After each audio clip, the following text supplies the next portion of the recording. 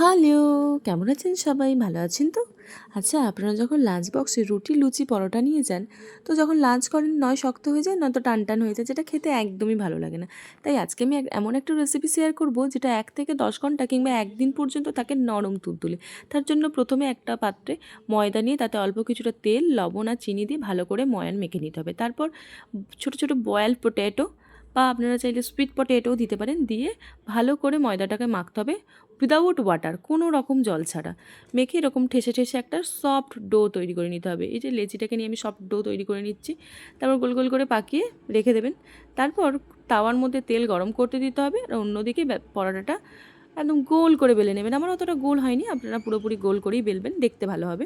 তারপর তাওয়ার তেল গরম হয়ে এলে পরোটাটা দিয়ে এপিট ওপিট করে যেমন নর্মালি পরোটা ভাজে সেরকম ভেজে নিলেই রেডি হয়ে যাবে মিষ্টি পরোটা, মানে মিষ্টি আলুর পরোটা, বা আপনারা চাইলে আলুর পরোটাও বলতে পারেন, সিম্পল ওয়েতে।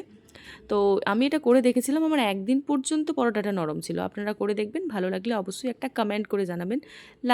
আরও ভালো লাগলে লাইক করবেন, একটা শেয়ার করে দেবেন। তো এই পর্যন্তই ছিল আজকের ভিডিও। দেখা হচ্ছে পরবর্তী ভিডিওতে। বাই, সবাই ভালো থাকবেন, সুস্থ থাকবেন।